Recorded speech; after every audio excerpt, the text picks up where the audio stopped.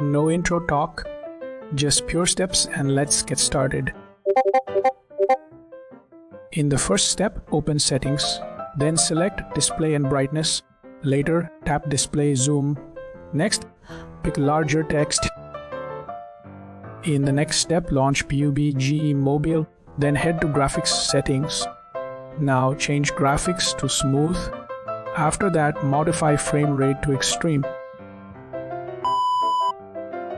In the next step, open Settings. Later, select Accessibility. Now, tap Touch. After that, turn on Assistive Touch. In the next step, open your Pubg Mobile. Later, go to Controls. Now modify layout. Later, resize and move buttons.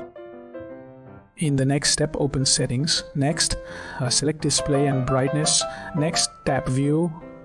Later, pick Standard. You are good to go.